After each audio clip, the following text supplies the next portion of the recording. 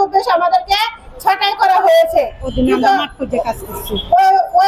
আমরা মাঠ পর্যায়ে কাজ করেছি এবং আমাদেরকে আমরা বিগত 2 মাস 24 দিন আন্দোলন করেছি। তারা বারবার বলেছে যে আপনাদেরকে পুনর্বহাল করা হবে, তো তারা আমাদেরকে কোনো পুনর্বহাল করা হয়নি, বারবার শুধু মিথ্যা আশ্বাস দিতেছে। এখানে আমাদের অনেক মা বোনেরা আছে, স্বামী পরিত্যক্তা, স্বামী হারা, ছোট বাচ্চার মা, অনেক অসহায় পরিবার। আমরা এই কাজ করেছি। আমাদের ওই 8 বছরে অনেকে চাকরির মেয়াদ গেছে, বয়স নাই আমাদের। অনেকে ইচ্ছা করলে সরকারি জব করতে পারবে না। তাই তত্ত্বাবধায়ক সরকারের কাছে আমাদের আকুল আবেদন, আমাদেরকে যে আমরা যাতে অতি দ্রুত কাজে যোগদান করতে পারি, আমাদের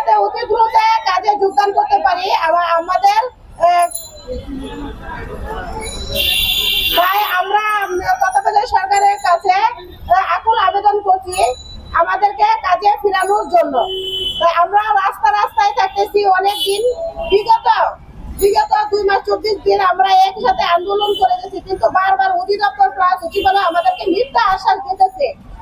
অধিদপ্তর থেকে ওই মিথ্যা আশ্বাসগুলো আমাদের অনেক হচ্ছে। আমরা এদের কাজের সাথে আমরা মাঠ পর্যায়ে কাজ করছি, সকল ধরনের কাজ আমরা করছি। যে নববিবাহিতদেরকে তালিকা তৈরি করা, ইঞ্জেকশন দেওয়া, গর্ভবতী মাদের সেবা দেওয়া, নবদম্পতির কিশোরী সেবা দেওয়া, এমনকি কোভিড-19 কাজও আমরা করেছি।